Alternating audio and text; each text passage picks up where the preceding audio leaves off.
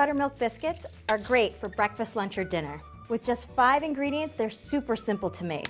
In this video, I'll show you a few tricks that could get these biscuits to rise to fluffy perfection.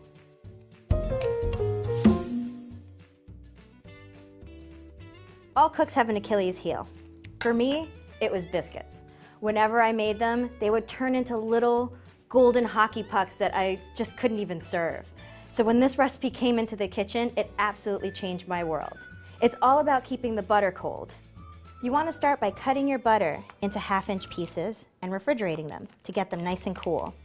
Cold butter stays in bigger pieces when you incorporate it into the dough. So as your biscuits go in the oven, that butter melts, creating pockets of steam, which help give the biscuits a bit more rise. So now, let's put our butter in the fridge for about 15 to 20 minutes.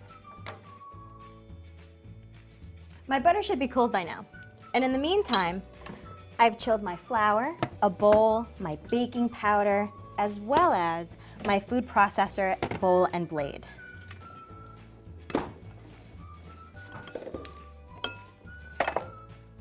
We're using white lily flour, which is a lower protein flour made from soft winter wheat. It's regularly found in the South, but you could also get it online. And if you can't find it, all-purpose flour is fine too. Just added baking powder, some salt. We're going to pulse this a couple times just to make sure that it's mixed. Now we add our butter. Remember, it's nice and cold. We're going to put it all in, and we're going to do 10 one-second bursts.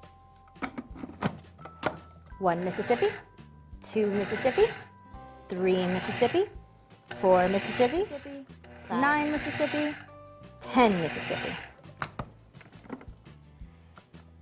You want the butter to be about the size of peas. No bigger. You want to pour your dry ingredients into the chilled bowl. Now we want to incorporate our buttermilk. You're going to want to do this with your fingers open, moving in circular motions. So add your buttermilk and begin incorporating it.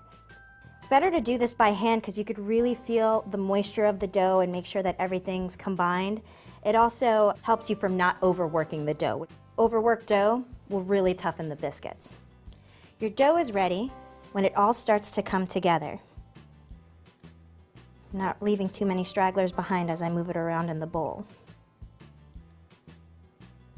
Okay, this looks just about ready.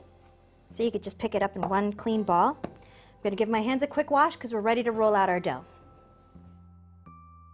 You want to lightly flour your work surface.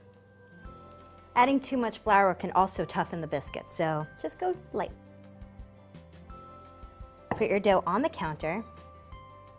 You want to pat and roll it out into a square that's about 1 inch thick.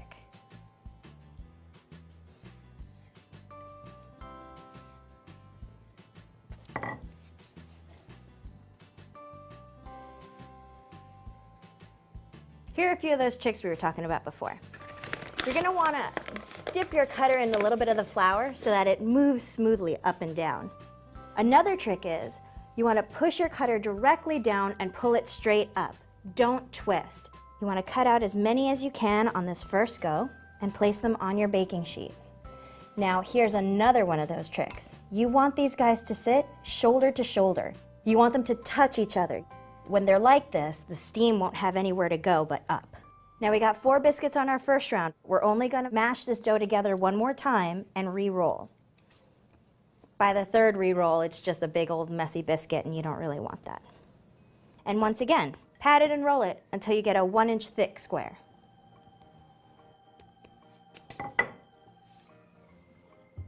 You'll probably get 2 or 3 biscuits out of that second roll.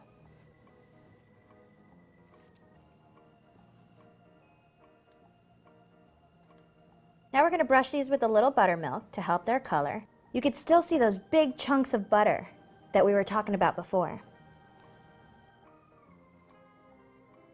Bake your biscuits until they're golden brown for about 20 to 25 minutes. Once your biscuits come out of the oven, just brush them with a little bit of melted butter. Oh, that smells so good. Now let's take a peek inside.